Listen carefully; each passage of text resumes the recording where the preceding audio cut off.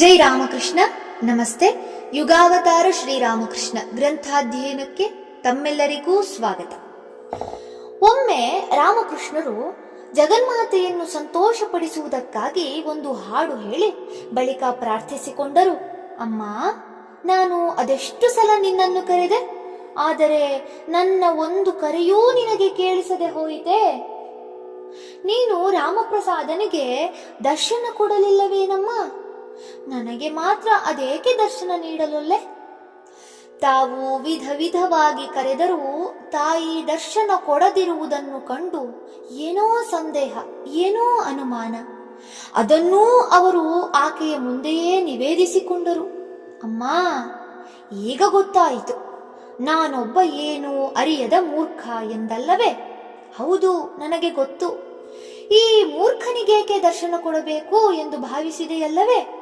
ಆದರೆ ನಾನೇನು ಮಾಡಲಮ್ಮ? ನನಗಿರುವವಳು ನೀನೊಬ್ಬಳೇ. ನೀನಲ್ಲದೆ ನನಗೆ ದಾರಿ ತೋರುವವರು ಇನ್ನಾರಿದ್ದಾರೆ? ನೀನೇ ಕೈ ಬಿಟ್ಟರೆ ನನಗಾರು ಗತಿ? ಹೀಗೆ ಬಗೆ ಬಗೆಯಾಗಿ ತಮಗೆ ತೋಚಿದ ರೀತಿಯಲ್ಲೆಲ್ಲ ಪ್ರಾರ್ಥನೆ ಮಾಡಿದರು.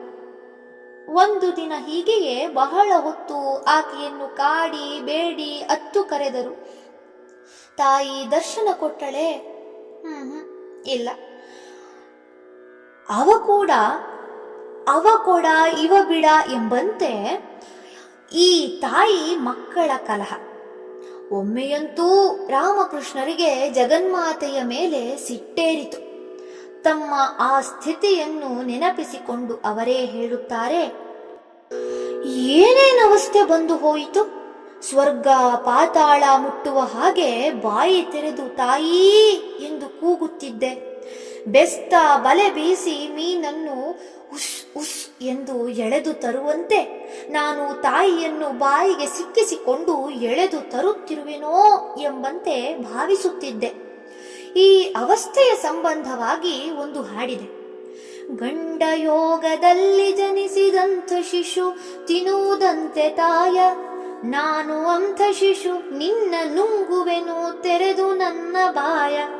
ನೀನೆ ನುಂಗುವೆಯೋ ನಾನೇ ನುಂಗಲು ಹೇಳು ಹೇಳು ಬೇಗ, ಎರಡರೊಳಗೆ ಒಂದಾಗಿ ಬಿಡಲಿ ನೀ ಹೇಳು ಕಾಳಿ ಈಗ.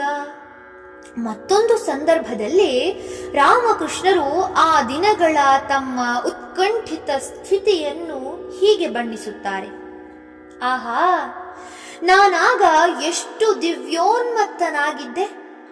ನನ್ನಲ್ಲುಂಟಾಗಿದ್ದ ಮಾತೃವಿಯೋಗದ ಆ ದುಃಖವನ್ನು ನೀವು ಊಹಿಸಲೂ ಆರಿರಿ.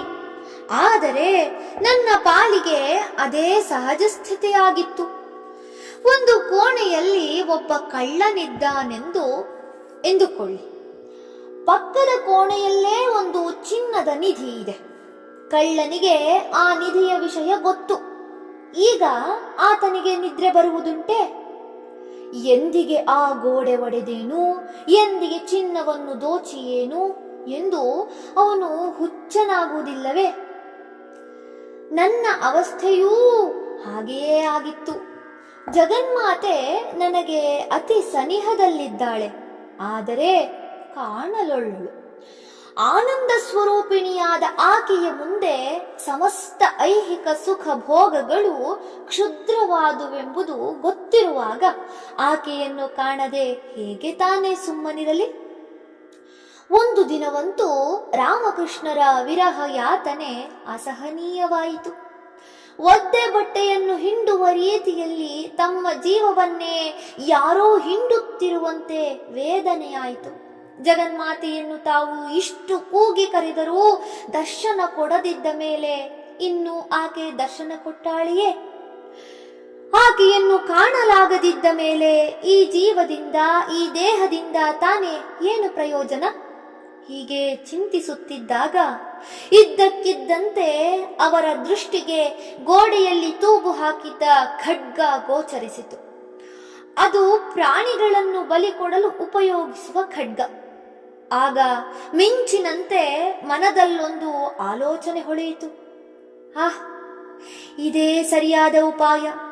ಈ ಕ್ಷಣವೇ ಈ ನಿರರ್ಥಕ ಜೀವನವನ್ನು ಕೊನೆಗಾಣಿಸಿ ಬಿಡುತ್ತೇನೆ. ರಾಮಕೃಷ್ಣರು ಹುಚ್ಚನಂತೆ ಒಂದೇ ನೆಗೆತಕ್ಕೆ ಹಾರಿ ಖಡ್ಗವನ್ನು ಕೈಗೆ ತೆಗೆದುಕೊಂಡರು. ಇನ್ನೇನು ಅವರ ರುಂಡ ಕಾಳಿಗೆ ಆಹುತಿಯಾಗಿ ಉರುಳಬೇಕು. ಆ ಕ್ಷಣದಲ್ಲಿ ಕಾಳಿ ಮಾತೆ ದಿವ್ಯ ಜ್ಯೋತಿ ಸ್ವರೂಪಿಣಿಯಾಗಿ ಗೋಚರಳಾದಳು. ರಾಮಕೃಷ್ಣರಿಗೆ ಬಾಹ್ಯ ಪ್ರಜ್ಞೆ ತಪ್ಪಿ ಹೋಯಿತು. ಆದರೆ ಅವರ ಅಂತರಂಗ ಸಂಪೂರ್ಣ ಜಾಗೃತವಾಗಿತ್ತು. ತಮಗಾದ ಅಲೌಕಿಕ ದಿವ್ಯಾನುಭವವನ್ನು ಅವರೇ ಬಣ್ಣಿಸಲಿ. ಖಡ್ಗವನ್ನು ಕೈಗೆ ತೆಗೆದುಕೊಂಡೆನೋ ಇಲ್ಲವೋ, ಎದುರಿಗಿದ್ದ ಪ್ರಪಂಚವೇ ಮಾಯವಾಯಿತು. ಸುತ್ತಲಿನ ಮನೆಗಳು, ಬಾಗಿಲುಗಳು, ದೇವಸ್ಥಾನಗಳು, ಮತ್ತೇನೇನಿದೆಯೋ ಎಲ್ಲವೂ ಶೂನ್ಯದಲ್ಲಿ ಲಯಗೊಂಡವು. ಎಲ್ಲೂ ಏನೂ ಇಲ್ಲದಂತೆ ತೋರಿತು. ಎತ್ತ ನೋಡಿದರೂ ಎಲ್ಲೆಲ್ಲಿಯೂ ಚಿದ್ಘನ ಜ್ಯೋತಿಸ್ಸಾಗರ. ಎಲ್ಲೆಡೆಗಳಿಂದಲೂ ಆ ಸಾಗರದ ಮೇಲಿಂದ ಬೆಳಕಿನ ಅಲೆಗಳು ಭೋರ್ಗರಿಯುತ್ತಾ ನನ್ನೆಡೆಗೆ ನುಗ್ಗಿ ಬಂದುವು. ಇದೇನು ವಿಚಿತ್ರ, ಇದೆಂಥ ಮಾಯೆ! ನಾನು ಕಂಡು ಕೇಳರಿಯದ ಭಾವ, ಅನುಭಾವ. ಕೋಟಿ ಸೂರ್ಯ ಸಮವಾದ ಆ ಬೆಳಕಿನ ಮಧ್ಯದಲ್ಲಿ ವರಾಭಯಕರ ಹಸ್ತೆಯಾದ ಜಗನ್ಮಾತೆ. ಅಲೆಗಳ ತಾಡನಕ್ಕೆ ಸಿಲುಕಿದ ನಾನು ಆ ಸಾಗರದೊಳಗೆ ಮುಳುಗಿಯೇ ಹೋದೆ. ನನ್ನ ಉಸಿರು ಕಟ್ಟಿತು, ತಳಮಳಿಸಿದೆ, ಚಡಪಡಿಸಿದೆ. ಕಡೆಗೆ ಬಾಹ್ಯ ಪ್ರಜ್ಞೆ ತಪ್ಪಿ ಬಿದ್ದು ಹೋದೆ. ಆ ದಿನವೂ ಮರುದಿನವೂ ಹೇಗೆ ಕಳೆಯಿತೋ ನಾನರಿಯೆ. ಆದರೆ ನನ್ನಂತರಂಗದಲ್ಲಿ ಮಾತ್ರ ಅನಿರ್ವಚನೀಯ ಆನಂದದ ನಿರಂತರ ಪ್ರವಾಹ ಹರಿಯುತ್ತಿತ್ತು. ಕಡೆಗೆ ಬಾಹ್ಯ ಪ್ರಜ್ಞೆ ಮರಳಿ ಮೈ ತಿಳಿದೆದ್ದಾಗ ಮೊಟ್ಟ ಮೊದಲನೆಯದಾಗಿ ಅವರ ಬಾಯಿಂದ ಹೊರಟ ಶಬ್ದವೇ ಅಮ್ಮ ಅಮ್ಮ ಎಂಬುದು. ಆನಂದಮಯಿಯಾದ ಜಗನ್ಮಾತೆಯನ್ನು ಹೃದಯದ ತುಂಬಾ ಅನುಭವಿಸಿ ಆನಂದಭರಿತರಾಗಿ ಕರೆಯುತ್ತಾರೆ ಅಮ್ಮ ಎಂದು. ಅಂತೂ ಅವರ ಬಹುದಿನಗಳ ವ್ಯಾಕುಲತೆಗೆ ಜಗನ್ಮಾತೆ ಓಗೊಟ್ಟಳು. ನಂಬಿ ಕರೆದರೆ ತಾಯಿ ಓ ಎನ್ನದಿಹಳೇನು, ನಿನ್ನ ತೊರೆದವಳೆಂತು ಇರಬಲ್ಲಳೋ. ಧನ್ಯವಾದಗಳು. ಇಂದಿಗೆ ಅಧ್ಯಾಯ 25 ಸಂಪೂರ್ಣವಾಯಿತು. ಮುಂದಿನ ಸಂಚಿಕೆಯಲ್ಲಿ ಹೊಸ ಅಧ್ಯಾಯವನ್ನ ಪ್ರಾರಂಭಿಸೋಣ. ಓಂ ಶಾಂತಿ ಶಾಂತಿ ಶಾಂತಿ. ಹರಿ ಓಂ ತತ್ಸತ್. ಶ್ರೀರಾಮಕೃಷ್ಣಾರ್ಪಣಮಸ್ತು. ಸರ್ವೇ ಜನ ಸುಖಿನೋ ಭವಂತು. ಜೈ ಶ್ರೀಮಾತಾ.